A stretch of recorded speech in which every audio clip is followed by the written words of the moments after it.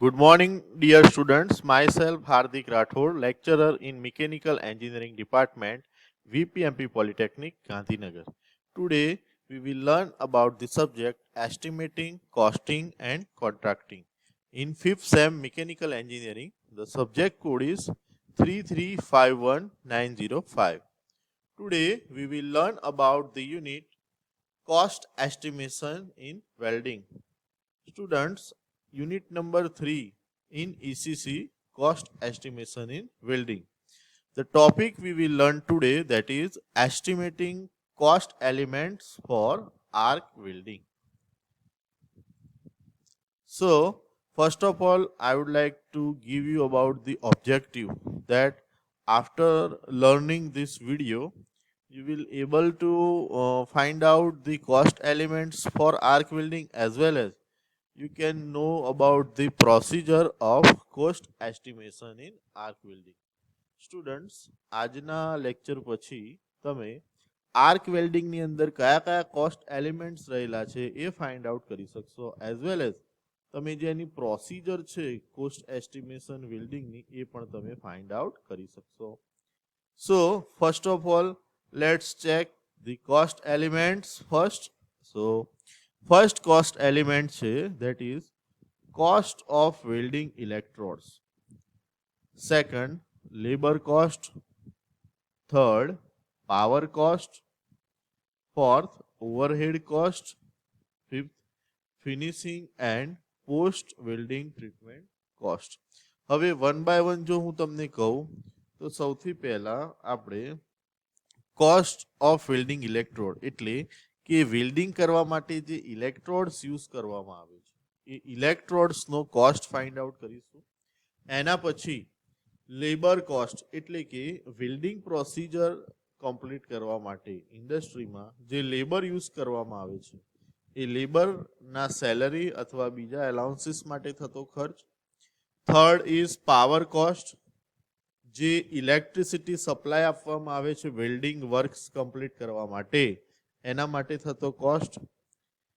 Fourth જે છે that is overhead cost. તો આ જે વેલ્ડિંગ પ્રોસેસ છે એને કમ્પ્લીટ કરવા માટે અધર કોસ્ટ જે થતા હોય બધા, લાઈક કોઈ પણ પેપર વર્ક હોય કે ટ્રાન્સપોર્ટેશન વર્ક હોય એસેટ્રા એસેટ્રા, એ વર્ક ઓવરહેડ કોસ્ટ તરીકે કન્સિડર કરવામાં આવે છે. Fifth is finishing and post welding treatment cost, એટલે કે જ્યારે વેલ્ડિંગ પ્રોસેસ કમ્પ્લીટ થઈ જાય છે એટ ધેટ ટાઈમ એના ઉપર ફિનિશિંગ વર્ક, સરફેસ ફિનિશ અથવા જે પ્રોપર વેલ્ડિંગ સ્ટ્રેન્થફુલ કોઈ બીજી પ્રોસેસ કરવામાં આવે છે જેની સ્ટ્રેન્થ ઇન્ક્રીઝ કરે, લાઈક એનિલિંગ છે, નોર્મલાઇઝિંગ છે, તો આ બધી પ્રોસેસીસ માટે થતો ખર્ચ. નાવ let's see about the procedure of cost estimation in arc welding. તો એમાં ફર્સ્ટ જે છે that is cost of welding electrodes, એટલે કે જે વેલ્ડિંગ ઇલેક્ટ્રોડ્સ આપણે યુઝ કરીએ છીએ એનો ખર્ચ. તો ઇલેક્ટ્રોડ કન્ઝપ્શન પહેલા ખબર હોવી જોઈએ. જો ઇલેક્ટ્રોડનો કોસ્ટ ફાઇન્ડ આઉટ કરવો હોય તો પહેલા તો આપણને એ ખબર હોવી જોઈએ કે ઇલેક્ટ્રોડ વપરાય છે કેટલા. તો વાપરવા માટે ફર્સ્ટ ઓફ ઓલ આપણી પાસે એક વેલ્ડિંગ લેન્થ હોવી જોઈએ. શું હોવું જોઈએ? Welding length. આપણને ખબર છે કે આ પોઈન્ટથી લઈને આ પોઈન્ટ સુધી આપણે વેલ્ડિંગ કરવાનું છે.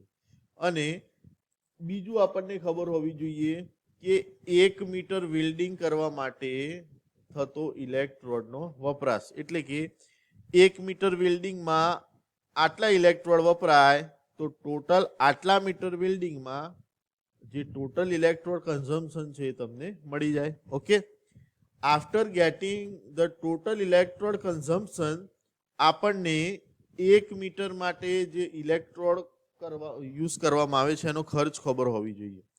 તો આપણને શું મળી જાય છે? ટોટલ ઇલેક્ટ્રોડનો ખર્ચ, એટલે કે આને બીજી લેંગ્વેજમાં મટીરિયલ કોસ્ટ પણ તમે કહી શકો છો. ઇલેક્ટ્રોડ કન્ઝમ્પશન ઇન મીટર અહીંથી મળે છે ઉપરથી, એ અહીંયા લખી દો. એને મલ્ટીપ્લાય કરો cost of electrode in rupees પર મિનિટ, તો તમને શું મળશે? ઇલેક્ટ્રોડ ખર્ચ, એટલે કે મટીરિયલ કોસ્ટ તમને મળી ગયો. Now secondary we will find out the labour cost. So welding time in hours. સૌથી પહેલા લેબર જે હોય છે એ લોકો એના અવર જે વર્કિંગના હોય છે એ પ્રમાણે ખર્ચ કે સેલરી કે ભથ્થું લેતા હોય છે. તો વેલ્ડિંગ ટાઈમ ખબર હોવી જોઈએ. તો how to find out the welding time, you can see here welding length in metres. આપણે વેલ્ડિંગની લેન્થ ફાઇન્ડ આઉટ કરી છે. એને ડિવાઈડ કરો વેલ્ડિંગ સ્પીડ ઇન મીટર પર અવર. એટલે કે વેલ્ડિંગ ટાઈમ શોધવા માટે વેલ્ડિંગની લેન્થને વેલ્ડિંગના સ્પીડ સાથે ડિવિઝન કરશો તો તમને વેલ્ડિંગ ટાઈમ મળી જશે. Now one another more thing, that is every worker is not having same kind of efficiency to do the work. દરેક વર્કરની એફિશિયન્સી સરખી નથી હોતી કામ કરવા માટેની. તો હવે એ આપણે એક એડ કરવું પડશે અહીંયા કે operating factor we have to find out. So actual welding time find out કરવા માટે welding length in metre divided by welding speed multiplied by the operating factor. કે જે વધુ સારો સ્કિલ્ડ લેબર હશે એનો ઓપરેટિંગ ફેક્ટર હાઈ હશે તો એ વધુ સારું વેલ્ડિંગ કરશે ઓછા ટાઈમમાં, પણ જેનો ઓપરેટિંગ ફેક્ટર લો હોય, લેસ સ્કિલ્ડ હોય તો એને વાર લાગશે. પછી ફાઇન્ડ આઉટ કરીશું આપણે લેબર કોસ્ટ ઇન રૂપીઝ. તો actual welding time in hour multiplied by the labour cost. હવે અહીંયા જો એકચ્યુઅલ વેલ્ડિંગ ટાઈમ આપણને ખબર પડી છે, for example 10 hour, 10 hour. Labour cost છે ₹20 પર અવર. તો 20 મલ્ટીપ્લાઇડ બાય 10, તો લેબરના કલાકનો કોસ્ટ કેટલો થશે? ₹200. એટલે કે 20 ઇન્ટુ 10 એટલે કે ₹200. એ કે આખા વર્કનો, વેલ્ડિંગ વર્કનો ફાઇન્ડ આઉટ કરવા. Now let's find out about the power cost. So power cost શોધવા માટે આપણને પાવર કન્ઝમ્પશન ખબર હોવી જોઈએ કે ભાઈ પાવર કન્ઝમ્પશન આટલા યુનિટ થયું છું અને પાવર રેટ એટલે કે 1 યુનિટનો રેટ આટલો છે તો આપણને પાવર કોસ્ટ મળે. તો પાવર કન્ઝમ્પશન કેવી રીતે ફાઇન્ડ આઉટ કરે? તો power consumption is equal to voltage into ampere bracket over divide by bracket efficiency divide by 100 multiplied by 1000 bracket over multiplied by welding time in hours.